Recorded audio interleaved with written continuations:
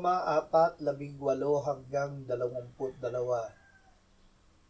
Umaasa kahit wala ng pag-asa, siya'y sumampalataya na siya'y magiging ama ng maraming bansa. Ayon sa sinabi, magiging napakarami ang iyong binhi. Hindi siya nanghina sa pananampalataya. Itinuring niya ang sariling katawan tulad sa patay na, sapagkat siya ay may mga 100 taon na noon at ang pagkabaog ng bahay bata ni Sarah.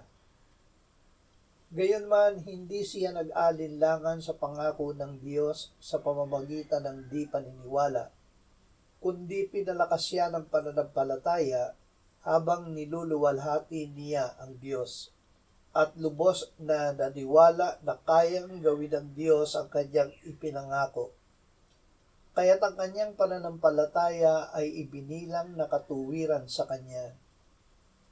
Ituring ang sarili na patay na. Itinuring ni Abraham na ang katawan niya ay patay na dahil 100 taon na siya noon at ang asawa niyang si Sarah na 90 taon na rin ay baog. Ngunit siya ay sumampalataya sa Diyos na nagsabi sa kanya na siya ay magiging ama ng maraming bansa. Ibinilang ng Diyos na katuwiran kay Abraham ang kanyang pananampalataya. Napakahalaga nito sa atin. Tayo ay naging mga patay sa kasalanan, ngunit dahil sa awa at pag-ibig ng Diyos, ibinigay niya si Jesus na kanyang anak.